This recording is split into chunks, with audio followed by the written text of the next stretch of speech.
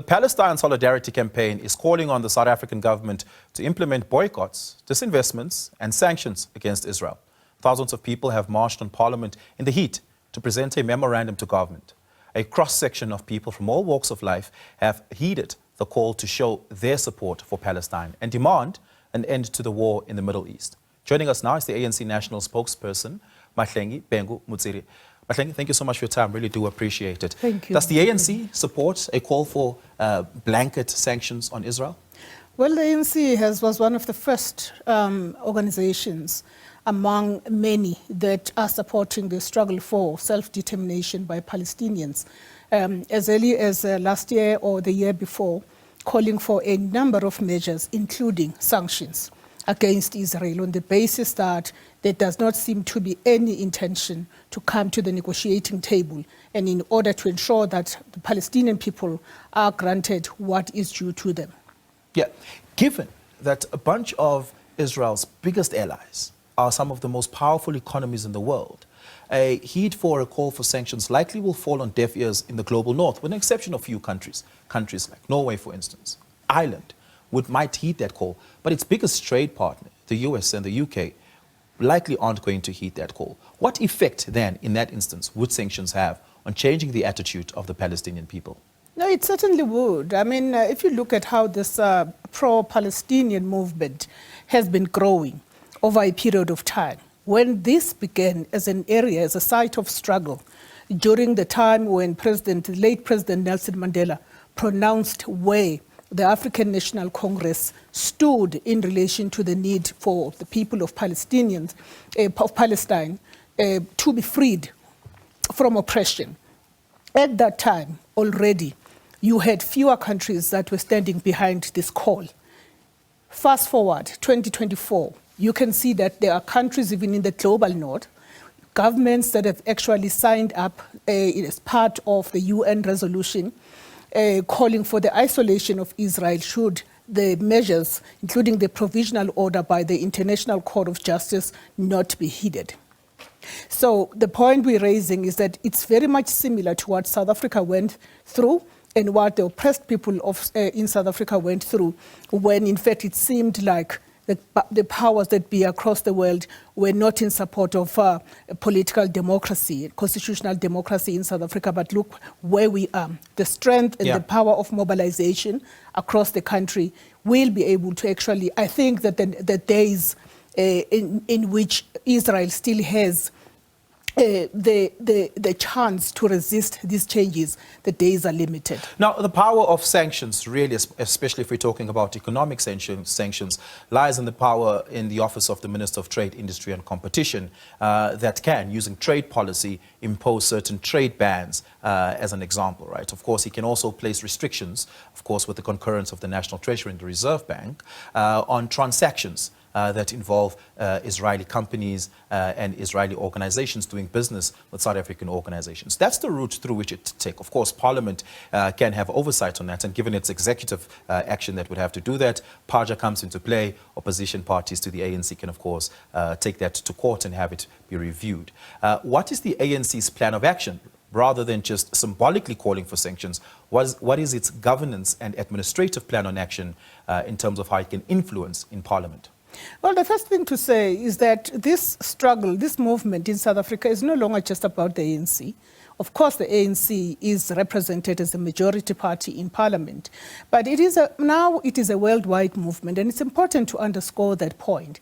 It is also a national movement, as we've seen in Cape Town today, as we will see tomorrow at Regina Mundi and up until the 7th of October, where we commemorate the killing of Palestinians, including women and children.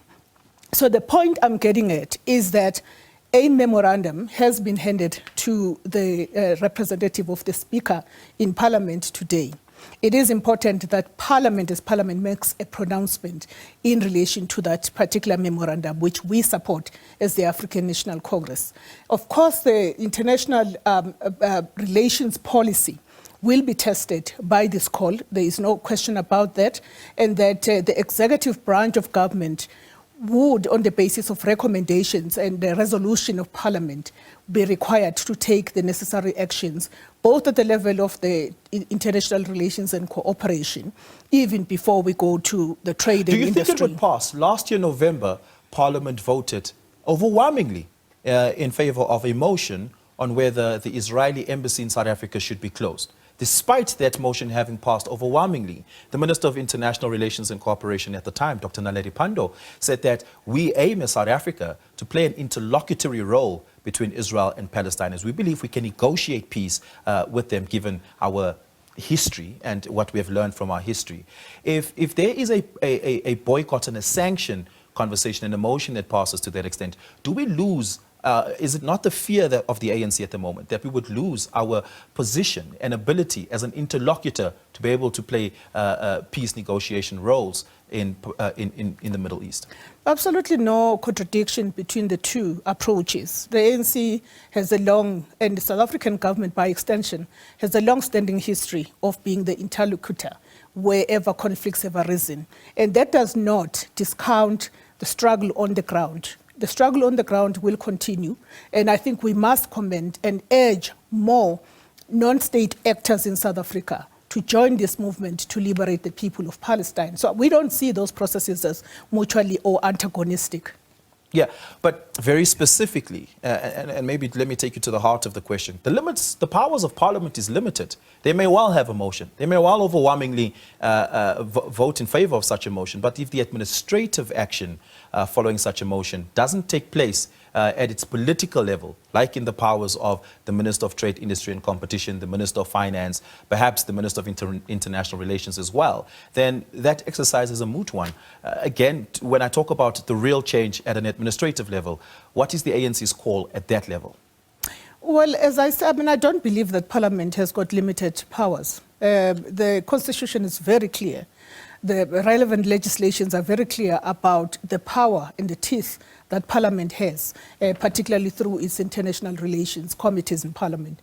And they have to put pressure to bear on the executive in line with the mandate. That's the first point I'd like to make in relation to that. The second point is that government is being asked to ensure that South Africa walks the talk. We've mobilized the international movement. Now it's important to do more to fulfill these goals and those things that are contained in the memorandum of demand that has been shared today and several others that have been put out in the past. Will the International Relations Committee of the ANC, who I think at this point, please do correct me, is chaired by the Deputy Secretary. Yes, the Deputy Secretary General, rather. Will they be engaging, one, the ANC caucus in Parliament on this, of course, after the fact now, and also engaging the Minister of International Relations, Ronald Lamola, on this specific matter? Most definitely. There will be an opportunity to make an assessment of this phase of the campaign in support of the people of Palestine and in support of the people of Lebanon, who also have been facing quite an onslaught, Israeli-sponsored onslaught. There will be a moment to make an assessment led by the International Relations Committee, chaired by the Deputy Secretary General, and that will go into the study group of the ANC in Parliament all the way to the main committees of Parliament. So that is our expectation as the ANC. Yeah, Mahlengi, thank you so much for your time. I really do appreciate it. Thank you so much for joining us.